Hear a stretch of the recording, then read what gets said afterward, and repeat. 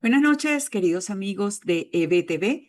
Bienvenidos a una nueva edición de Rompecabezas.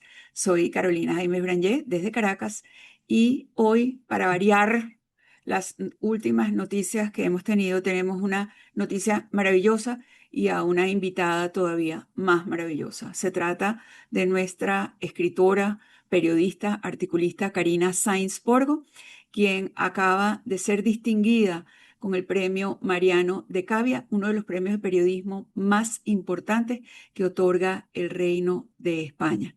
Querida Karina, de verdad que estoy feliz de tenerte en el programa. Bienvenida. Muchas gracias por la oportunidad para conversar y bueno, ha sido un gusto, de verdad, muchas gracias. Fíjate que tu discurso de aceptación del premio es una maravillosa reflexión sobre el exilio, sobre el desarraigo, sobre el dolor. Es más, tú empiezas hablando de Eneas.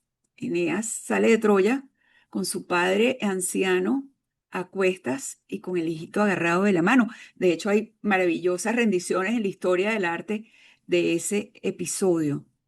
El premio Mariano de Cavia se otorga por un artículo y es un artículo que tú escribiste a raíz de la muerte de tu padre. Recuérdame el nombre del artículo, que mi cabeza está fatal.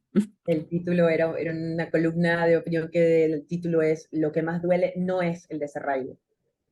Ok, lo que más duele no es el desarraigo y el desarraigo duele.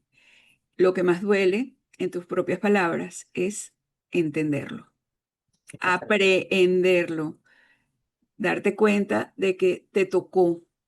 Y tus padres venían ya de un viaje de ida a un país desconocido, pero un país que les abrió las puertas. Sí, Tú tienes ya sin duda. 20 años en España, Mariana. Sí, así es. El texto, digamos, la columna de opinión explora, ¿no? Esta sensación de desarraigo en el sentido del desplazamiento, de moverse, y de cómo el movimiento de las personas en determinado momento nos convierte en otros, ¿no?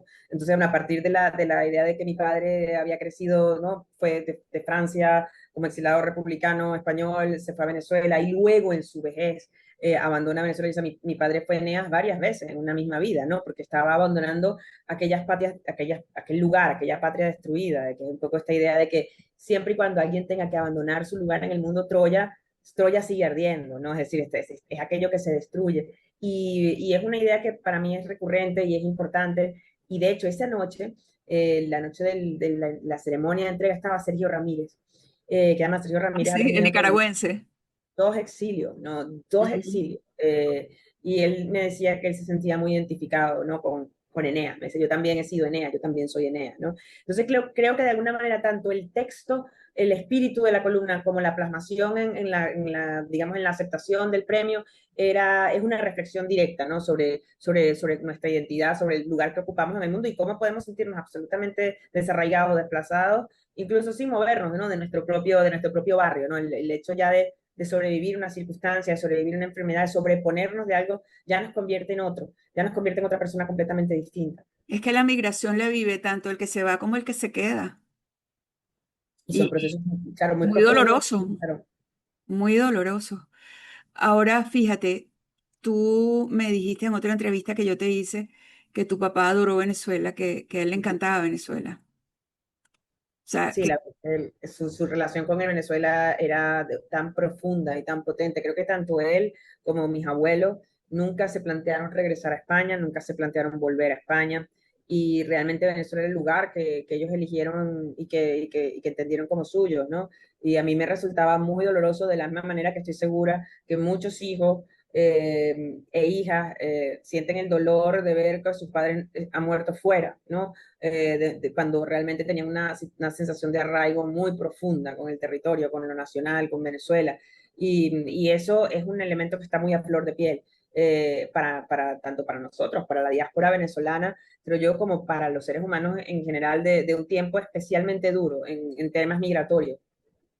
sí, bueno, y fíjate que hablando de España, el tema migratorio cada día está más grave, porque hay gente quejándose de que sus impuestos cada vez más altos están yendo para mantener familias enteras que no están trabajando, que les están quitando, digamos, los ocupas, les están quitando incluso sus viviendas. Yo conozco a alguien que tiene una casa o tenía una casa en la playa que se la ocuparon y ha sido imposible sacarlo.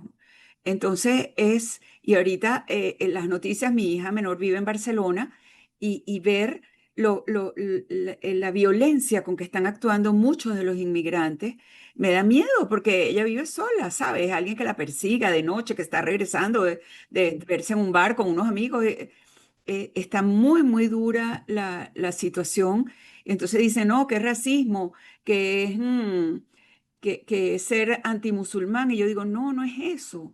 Es que se ha convertido en una situación sumamente dura para los nativos, mientras que se les facilita a los que están llegando. Eso no puede ser tampoco. También es que ya hay tanto, es un tema tan complejo y tan profundo que nuestra propia percepción del otro, es decir, por ejemplo, en el caso de la migración, vamos, Barcelona le ocurre algo, pues, es un poco como ocurre también en Francia, ¿no? Que decir que hay una gran parte de un desplazamiento que viene casi todo entre el norte de África o que Ujú, viene de sociedades musulmanas, cuya integración ha sido mucho más compleja y más difícil, porque ni siquiera tenemos un punto, digamos, en común, no hay un idioma común, no hay claro. un modelo o común, y ahí es cuando yo siempre digo y lo creo y que nuevamente no es la situación en sí, sino la gestión que se hace de ella. Es decir, creo que Europa no sabe, no entiende cómo manejar su relación con el otro. Europa claramente es un continente que necesita migración. La necesita y España es un país que necesita migración. Sin embargo, la gestión de esa migración es lo que realmente tiene de cabeza y tiene desde la Comisión Europea, que mientras una parte de Europa se muestra más restrictiva con la migración, a España, por ejemplo, está teniendo una política de regularización mucho más abierta, ¿no? Entonces la pregunta es, ¿cuál es el punto correcto, ¿no? Lo ideal es generar una convivencia y no justamente una sensación de vivir en un gueto o de percibir al otro como una amenaza, que también funciona como un elemento para meter miedo, ¿no? Para generar miedo, para generar aprensión. Creo que en un espacio democrático tiene que haber lugares y formas para gestionar esto, ¿no? Y no necesariamente como sí se ha pasado, que muchas veces tienen motivos políticos, mucha migración, o muchos movimientos antimigratorios también obedecen a señuelos electorales o señuelos ideológicos, cuando claramente es un tema, claro, Realmente es muy complejo. Karina, tenemos que ir a identificar el canal. Vamos a hacer una pequeña pausa y ya regresamos contigo. Ya venimos con Karina Sainz Borbo.